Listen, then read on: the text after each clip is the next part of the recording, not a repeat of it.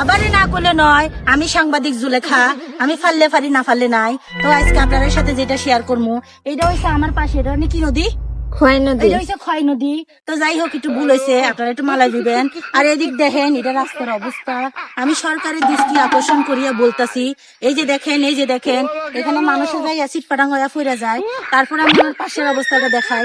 এখানে যখন বান আসে, তখন কিন্তু ফাঁক দিয়ে পইরা কিন্তু একদম অবস্থা খারাপ হয়ে যায়। তো আমি সরকারের আবেদন জানাইতেছি, আমাদের যে এই নদীটা আছে, এটাকে সবাই একটা ভালো ভালো কি বলবো, আচ্ছা যাই হোক, এটা আর বলি না।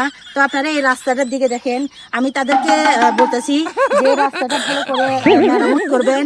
আর আমার ভিডিওটা যে দেখতেছেন, বেশি বেশি করে শেয়ার করবেন, তাহলে এই রাস্তাটা ঠিক হবে।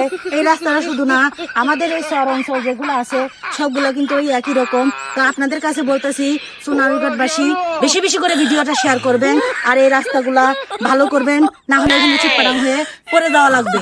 ধন্যবাদ।